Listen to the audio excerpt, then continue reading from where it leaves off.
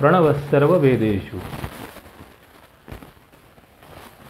हे प्रणव काय आहे तर जो ओंकार आहे, ओंकार शब्द आहे, त्या ओम शब्दामधनं अकार, उकार आणि मकार, ब्रह्मा, विष्णू आणि महेश हे तीनही या एकत्र एका ओम शब्दामध्ये आहेत.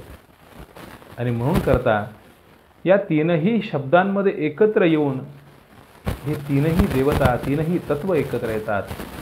त्याला प्रणव असं म्हणलेलं आहे. आणि भगवान श्रीकृष्ण स्वतःमध्ये असणारी ज्या तत्वांबद्दल सांगता आहेत किंवा ज्या तत्वांमध्ये भगवान विष्णू, भगवान श्रीकृष्ण निरंतर आहेत आणि कुठल्या स्वरूपात आहे, अपरा आणि परा या दोन भागांमध्ये त्यांनी त्याची विभागणी केली.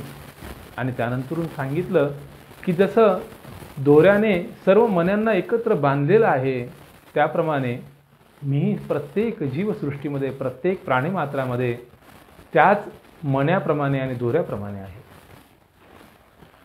ती परा आणि अपरा या दोन प्रकारच्या शक्तींचं वर्णन भगवान श्रीकृष्णांनी गेल्या श्लोकामध्ये केलं.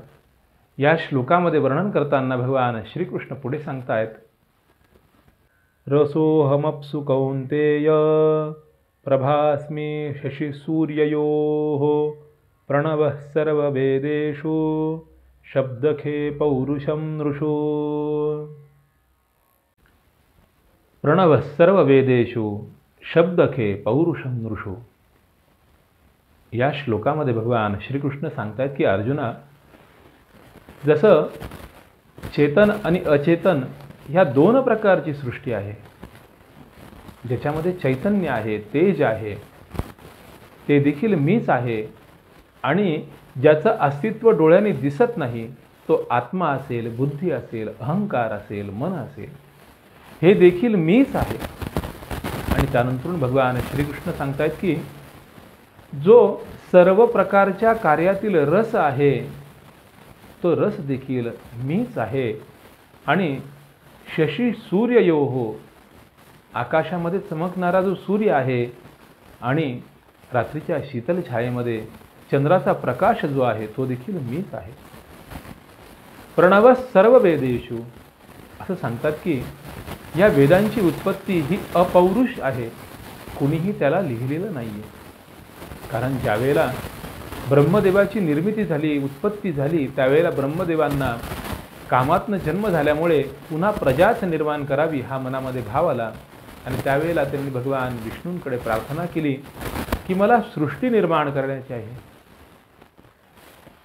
मग त्यावेळेला भगवान श्रीकृष्णांनी, विष्णूंनी सांगितलं की वेदामध्ये सृष्टी कशी आहे हे लिहिलेलं आहे, आपण त्यामध्ये त्याचा अभ्यास करा आणि त्याप्रमाणे सृष्टी निर्माण करा. सर्वप्रथम ब्रह्मदेवांनी त्या वेदाचं अध्ययन केलं, पण त्याही पूर्वी वेद हे अस्तित्वात होतेच, ते अपौरुष आहे, त्याला कुणीही लिहिलेलं नाही आहे. अगदी त्याचप्रमाणे भगवान श्रीकृष्ण सांगतायत की प्रणव सर्व वेदेषु, जसं त्या वेदांना कुणीही लिहिलेलं नाही आहे, तसं या चराचर सृष्टीमध्ये माझं अस्तित्व पूर्वीही होतं, आजही आहे आणि भविष्यातही ते निरंतर राहणारच आहे. त्यानंतर ते कुठल्या कुठल्या वस्तूमध्ये आहेत, त्यांचं अस्तित्व कसं आहे आणि सत्व, रज, तम या तीनही गुणांमध्ये भगवान श्रीकृष्णांनी विभागणी करून त्याचं विभागवार वर्णन केलेलं आहे. त्याचं सार्थ चिंतन आपण पुढील श्लोकात ऐकणार आहोत. धन्यवाद.